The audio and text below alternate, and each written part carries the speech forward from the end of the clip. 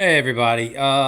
This is a video that started from a conversation that my wife and I had. We had seen a SCL 500 Honda, and she has a Trail 125, and she was asking, well, what would be the next step up from my bike if I wanted to still ride off road? Because I was talking to her about how the scramblers could go off road, and I was like, well, if you're Steve McQueen, you could technically take that bike off road, but we got on the subject of this lightweight adventure, and I was like, well, let's actually let me get some info and data here together, and we'll start talking about some use cases for bikes. So with that, in the world of motorcycles, there's not a clear winner because it's more based on use cases. And right now in the U.S. market, there are debatably these six that I have on my list. You could add or take away from that. Some people would.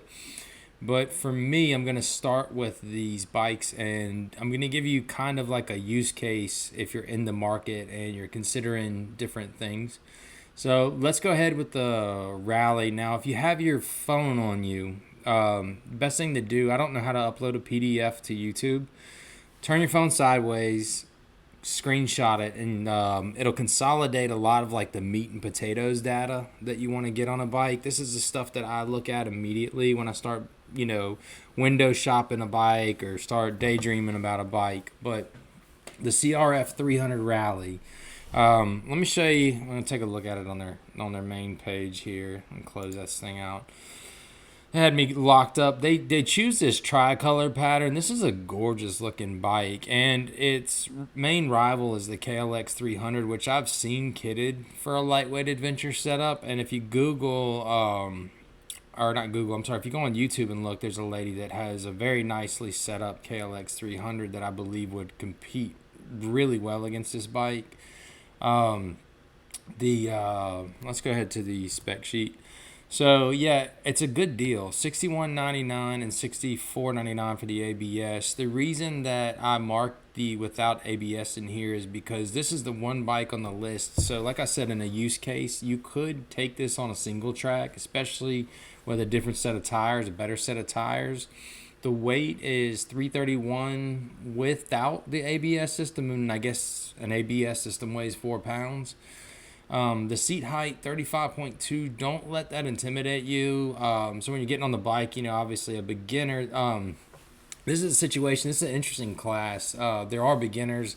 There's a lot of returning riders that on the back end of their riding, or they just want something lighter, actually come to this class. But you see that 35.2. Don't let that freak you out. Left foot on the peg, right leg over, and then it's very softly sprung on this bike, so it's going to sink quite a bit for anybody over 180 pounds. It's not hard to flat foot this bike, and it comes, I don't know if the Rally does, but I do know that the CRF 300s do have a low option. So don't let the seat height intimidate you. Good power for a bike that light. Sometimes people get a little bit carried away with horsepower, but 27 and 19 torque, 27 horsepower, 19 torque. Suspension travel at 10.2. This is the most off-road centric bike. That's good. Now it is undersprung. That's a good thing though if you are going to be doing some all-day log road riding, because it's almost going to be like sitting on a couch. And if you don't want to stand up, you may not have to, depending on how you're packed out, which will save you a lot of energy. But if you do decide to mod the suspension, you got 10.2 inches to play with, and 10.9 inches of ground clearance is like ATV level ground clearance. The fuel capacity, so you're going to be a total of 4 with that, a little over half a gallon reserve in there. But 71.46 miles per gallon. I get this from Fuelie. The reason I did Fuelie, and I was able to get it with most all the bikes on Fuelie, is because rider's weight is so different. That CRF 300, you might see somebody who's 150 pounds by the bike, and then you also might see somebody that's 300 pounds by the bike. So some difference in weight there is going to affect the gas mileage. What Fuelie does is they take a lot of the numbers that people report, and they make one average. I think it's more realistic than what the manufacturer data is going to tell you. Also, it's going to be better than what motorcycle.com gets because they might just have 5 riders, where Fuelie might have like 120 different riders. So the top speed of 80, it's a single cylinder, 299 cc maybe engine. It's listed as a 300 cc, but beautiful bike. I love this windshield right here, but they actually improved that a little bit. There's a company called Calci, and calci.com. You can get it up to a 24 inch tall. So, and the reason I call it a lightweight adventure bike is because it does have this full fairing on it, but when you have that and like a set of hippo hands, I mean, you can get out there in the winter and go move around pretty good. But I'm going to take you to another bike. It's definitely more road centric. Now, on the rally, you're going to be off road a lot. If you do buy this bike, one thing I would recommend to you, consider soft luggage, not anything else. Like, don't try to put like ammo cans on it, because if you're planning on going off road and you drop the bike, you don't want to drop ammo can hard luggage on your kneecap or your ankle. Soft luggage is going to be a lot more forgiving. But the Kawasaki Versys 300, it's been out, I want to say, since 2017. Spoked wheels. It's going to be good for absorbing impact. Let's go ahead to the spec sheet. So $61.99, that's a great deal. 385 pounds, so you're coming in a little heavier than the Rally. The seat height, 32.1 inches. I've sat on both of these bikes, but with the Versys, when I sat in it, you sit very into the bike. The seats cut really well deep into the bike. I like that. A beginning rider, and in my opinion, it makes you feel like you have a lot more control the more seated into a bike you are. Also, I feel like more wind is off of you. But 39 horsepower and 19 torque. It's only one of 2 twin cylinders. Everything else on this list is a single. If you're a beginning rider, you're going to want to learn some good clutch work, because most of the power in this bike is in the back half of the RPM range. So there is going to be some clutch play involved there. It's a short throw on these pistons, so I think their red line's like 12,000 RPMs. Also, the suspension, you can tell it's more of a road bike. 5.1 front, 5.8 rear, 7.1 inch ground clearance, but a good fuel capacity at 4.5 gallons. 50 something miles per gallon, and then what was that last? 104 miles an hour. So when I lived in LA, this would have been like the perfect bike. Very nimble. It's gonna rip through traffic. If you need to cover some distance on it, you're gonna be able to hold 75 miles an hour down the freeway. And I'm 6'4", 220 pounds, and I can't really ride like a leg forward, and I can't ride gargoyled like in a sport, like a rear control or a forward control, because of some back and neck injuries. I can only ride like a very standard position bike. This one fit my frame amazing.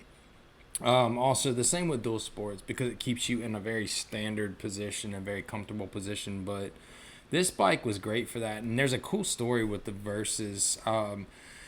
There's this 22-year-old, I think it says when she was 19, started driving on her Versys 300, and she takes it all over the world as one of the youngest riders to go all over the world on their bike. But pretty cool story from CNN Travel.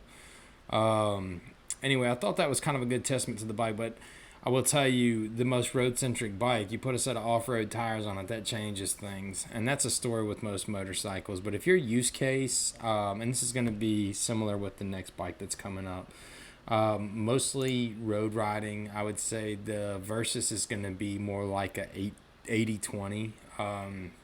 The Rally is going to be more like a 50-50. The BMW 310 GS. So another bike, I'm going to say 80-20.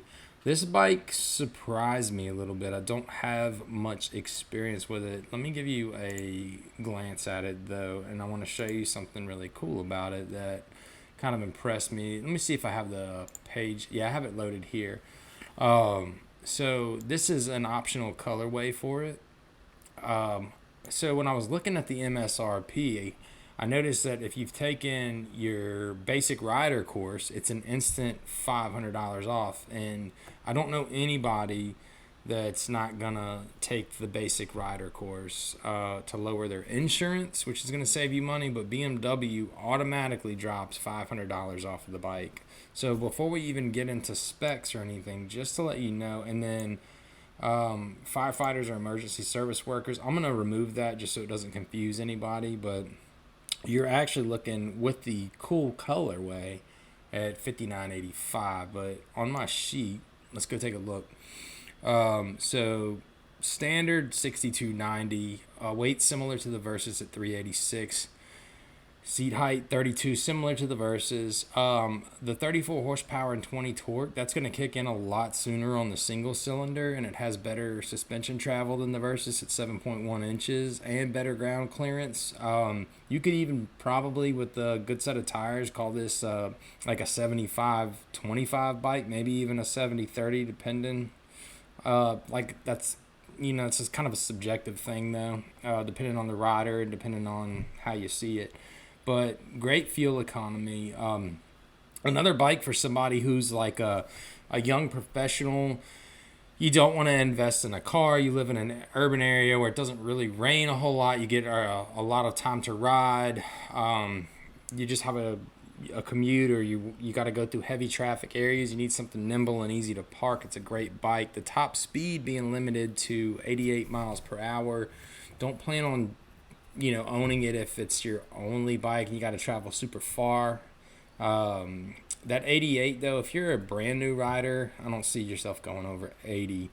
But one thing I do like, and this surprised me about BMW, besides the $500 incentive, was that they have the BMW US Rider Academy. So I'd like how, and I've never owned a BMW bike, and I've always, I've heard the coffee shop jokes about them, but they seem to take their riding philosophy seriously, and they dedicated these rider academies in the U.S. so that if you have a 310 or the new 900 or the 1300 or whatever you have, the 1250 GSs, you can go to their riding academy and they'll apply their philosophy and techniques to teaching you how to ride an adventure bike. So I think that that's cool that it comes where you do have to pay for the course, but with that comes this, it's similar to Harley Davidson where they apply their culture to the bike also.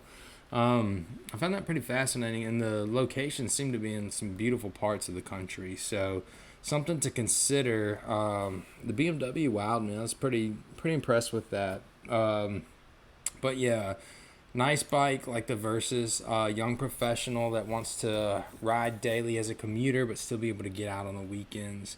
The Royal Enfield Himalayan. This came in at $54.49. I know everybody is saying the 450, the new one that's coming out, but the website is still showing it as the 411. So I will show you on the website. It does come in some nice colorways. I love this blue right here, this lake blue. I think that's a beautiful bike. It's a little bit heavy, but it looks like a coffee shop, kind of a farmer's market conversation piece. I know that Itchy Boots made it pretty famous when she did the touring on it. As far as the actual dimensions of the bike, though, 439 pounds is a pretty good amount of heft for somebody that's either coming back and they're looking for something lighter, or they're starting out and they're wanting something lighter. That may be something to consider, especially if you're going to be on trails. The first pickup is going to be okay, but the second, third, fourth pickup, that's going to be something you might want to start thinking about. Good seat height though, and it does get into close to cruiser seat height when you consider added a padded seating on a cruiser. But 31.5 inches also putting you very into the bike. Power and torque, I could see that with that motor. It's probably under powered a little bit at 411, which is good. But one thing I found bizarre about the motor was the service interval valve adjustment is every 3,000 miles. I think there's like a, on the valve cover though, there might be like a port access because of how short the interval is, but it seemed kind of like a novelty bike because of the short interval. It seems like it wouldn't be your daily rider. It seems if you're into aesthetic, and obviously that is an aesthetic bike, it's very beautiful. It doesn't seem like it's the one that it's going to need a lot of pampering. Also, another thing is you look at the front forks and you can see that they're thin. They're 40 millimeter forks.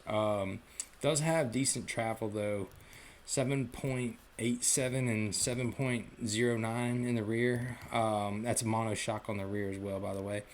But the 8.6 ground clearance is nice, and the fuel capacity and fuel economy is good. 4 gallons fuel capacity and 57 with the fuel economy. But the top speed at 80. This bike, it seems like your use case for this is going to be that it's not your main mode of transportation. And it's going to be kind of your weekend warrior bike, or you go to bike shows, or sort of like a Saturday night date machine. I don't know that I would have this as my everything vehicle. The next one, this one right here is kind of the razzle dazzle bike though. Does have the praying mantis front end right there, but I don't think that a KTM owner really cares. I don't think that's why they buy this bike. KTM is all about performance and squeezing the most out of every ounce of a motorcycle that they can. Let's go into the specs really quick. So 379, pretty decently light bike. Also a decent seat height at 32.6 inches with 44 horsepower and 27 torques. And then the suspension on it, I want to say this is a 43 millimeter front fork at 6.7 inches, and the front and 7 at rear, but the 7.8 inch ground clearance with a good suspension makes it fairly decent. Also, fuel capacity is pretty decent with that kind of a gas mileage at 63.69 miles per gallon, and the top speed is bonkers for a 390 at 110.5 miles per hour. I'd be absolutely horrified to go that fast on a small bike. This is going to be for at the price point, let's talk about that. So if you're buying this bike $75.99, you're going to be walking out of the dealership paying probably about $9,000. So you're in used Tenere territory, SV650 territory, depending on what kind of riding you want to do. Used Husky 701. This might be more of a return rider bike, but if you are a newer rider and you want to run up the KTM lineup and you want to start here, you got power to grow into. 44 horsepower is more than people say it is. We got this like notion, especially in the US, that more, but 44 is a lot of horsepower. Especially for just one person, and especially like 180 pounds. That's a good power to weight ratio. That's plenty to get you around traffic and stuff. But this is definitely somebody that is into adventure, and they're gonna go take it out for adventure. But it's gonna be nimble around the city. KTM's gonna have plenty of accessories that come with it.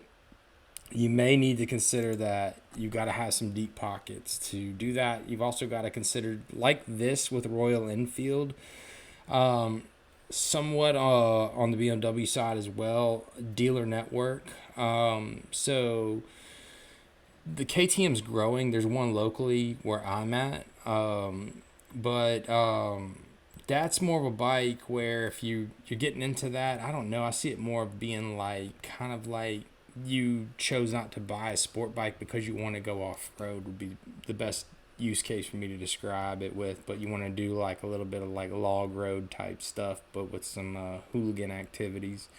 The next bike, dude, and this is frustrating because as I'm making this list today, Honda is updating their website. So the CB500X, and I debated on even putting this on here because, one, it is the largest bike. Still priced below the KTM at $72.99, but the NX 500 is literally today being published on the website, which means that if you are considering the CB500X, there are going to be some sweetheart deals.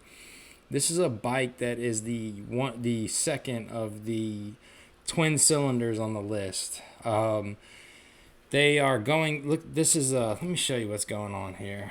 This is, so the top of the page, this is clearly still a CB500X, but as Honda is updating it, it's saying the NX500. I don't know what's going on there.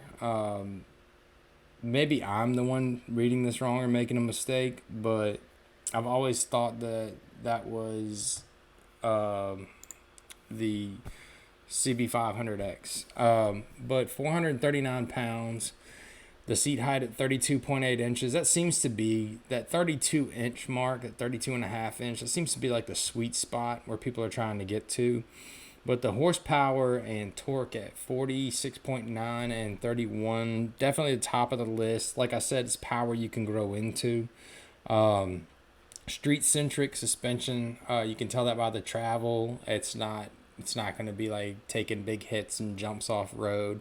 5.9 front, 5.3 rear. Ground clearance at 7.1.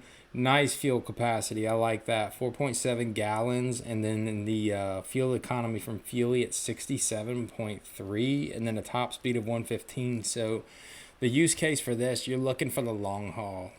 This is a bike that you're going to buy and you're thinking about keeping for like the next 5 years. And if you're somebody who likes a good bargain, these deals where they're going to be, I think a dealership has what's called a floor plan, and they're having to pay for that floor plan, and they've got new stuff that's coming in, and they're dictated to, if I'm saying this correct, and I might be speaking out of my lane here, but the companies and manufacturers, they kind of tell them, hey, this is what we're sending you, so they have to get rid of some stuff that's on the floor. Well, these CB500Xs are going to be some great deals because the NX500 is going to be pushing them out.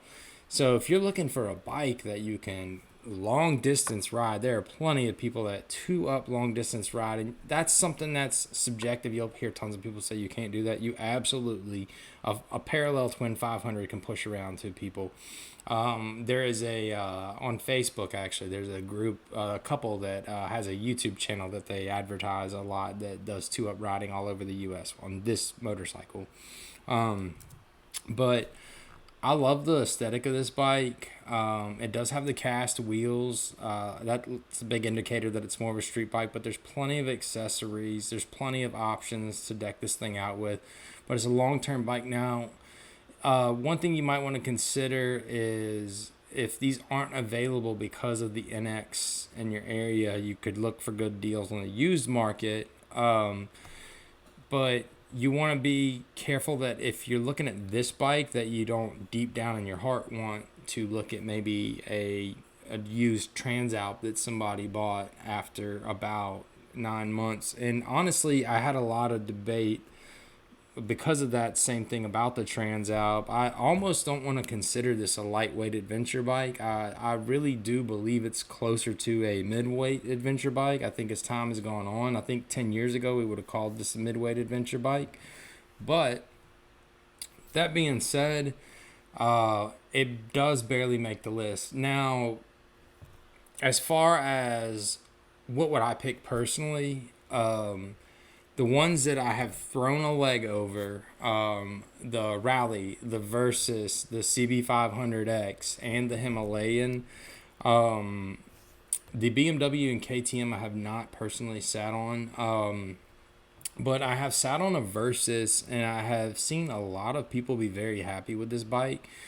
I follow the page on Facebook. I've seen some people doing some very gnarly off-road with it. Also with just like a tire change, but I've seen people highway cruise it. It looks really good in person, especially there's a white and blue colorway that comes with it. It's lower displacement, so it's going to be better on insurance. The spoked wheels are going to absorb impacts better. It's really revvy. You can just twist the piss out of the throttle, and you don't have to worry about getting a ticket because it's not fast enough to get you a ticket, but it's fast enough to get you around traffic.